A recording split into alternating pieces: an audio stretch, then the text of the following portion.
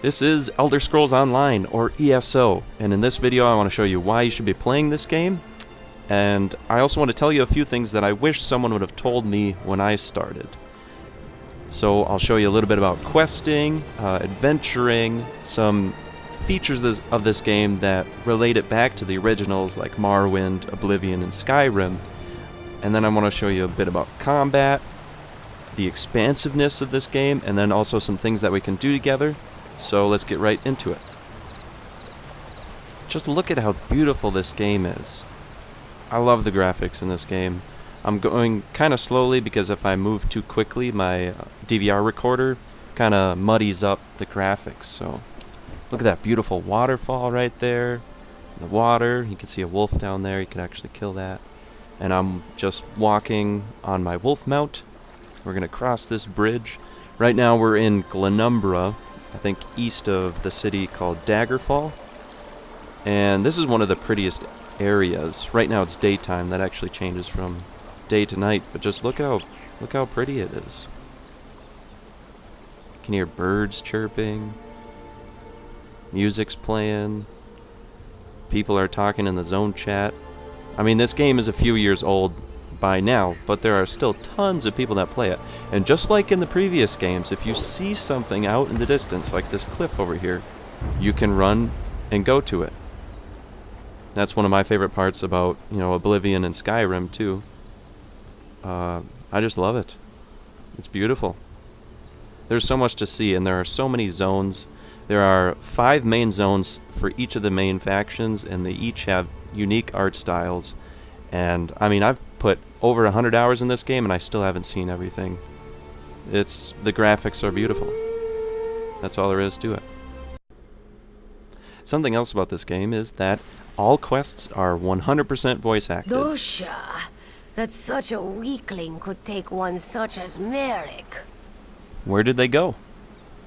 How would Aleph know? She was behind you. Perhaps we wait for Sees All Colors? She said she'd rally the guild.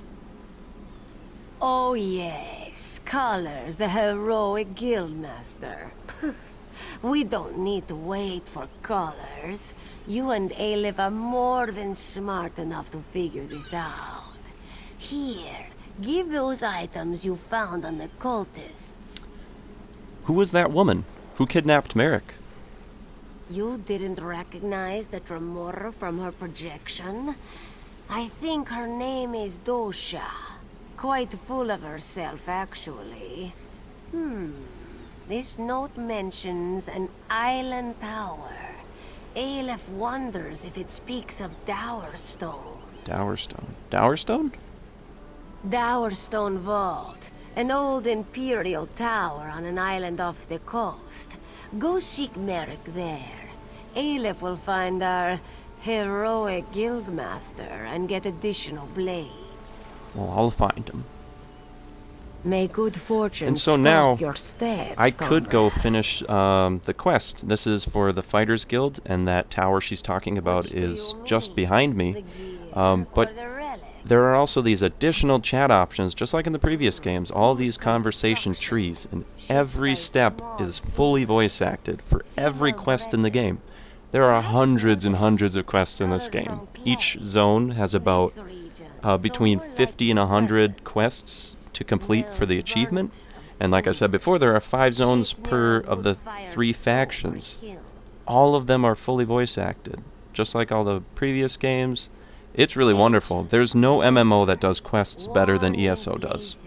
This piece was used in one of their constructs. Smells fresh in some ways. Has been away from any ruins for a while. Shame. Might have been able to learn something more. And what's your story, Aleph? Aleph makes her way as she can. Helps the guild as she can. Just a humble Khajiit. Originally from the city of Dolmen. This one is of little importance. I don't think so, Aleph. Goodbye.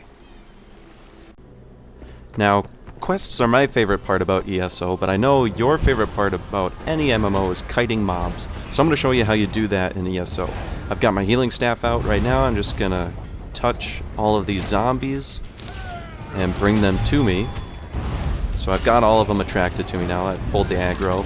And then I'm going to switch to my destruction staff, lay down this wall of flames, AoE, and then use my Adric Spear ability to hit all of them together. So I'm dealing AoE damage in 2 different ways at the same time and just shredding up their health. Look at all those numbers. And you'll actually get a ton of experience from doing this at any level. I think as I end up here, I get 18k experience just from that one mob. That's very comparable to the amount of EXP you get from completing a quest. So it's a great way of leveling up. And speaking of completing quests, I'll show you how that usually goes. You've done the guild proud, comrade. So this is the quest for the Fighters Guild that I just finished. And you'll get a couple items usually. I look forward to drawing steel with you blue in the names future. down at the bottom, and then if some we learn golds. anything from the journal, I'll make sure you hear about it. And then you can hit complete quest and you'll get all of your rewards.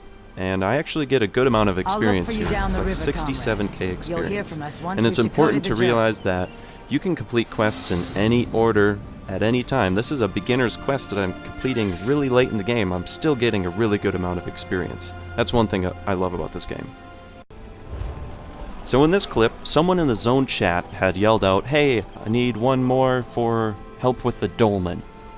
And the story goes, Dolmen, which are D-O-L-M-E-N, they are dark anchor interdimensional machines that Molag Bal is currently using to invade Nirn. And Nirn is like all of Tamriel. So what happens is, in each zone there are several locations where these dark anchors can come down. And it happens like every 15 minutes or so. And it's basically almost like a random event. But it's like a distraction and diversion that you can do in between quests for some XP and some extra loot. And they take a few people to fully conquer, unless you're like really good at the game.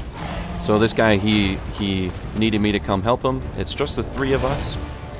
And here are these Daedra, and basically you just gotta kill the baddies and then close these anchor pinions on the sides there.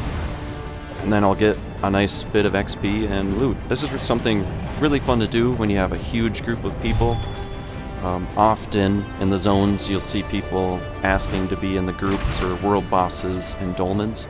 And world bosses are just bosses located throughout the zones too. And I mean, this is something that we can do together just for fun in between quests and stuff. Cave on the edges of oblivion. And that is the voice of Molag Bal, the same Daedric prince that we know from all of the other games, except, you know, the ESO takes place in the 2nd era before Morrowind and Oblivion and Skyrim and all that.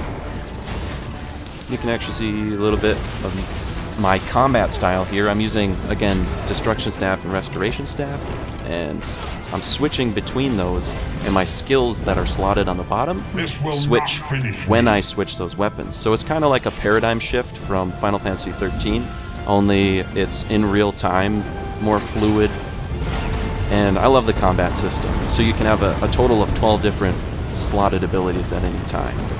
You can't switch them during combat or anything, but yeah, that's the end of the Dolmen. I came just at the tail end of that fight. And there's the loot that I get, and you saw that I got a nice bit of experience. And that's just an example of something fun that I really enjoy doing. And also my guild likes to do world boss and dolmen trips too. It's great. I love it. So this is part 1. Check back, go find part 2, and watch the rest of that. Thanks for watching.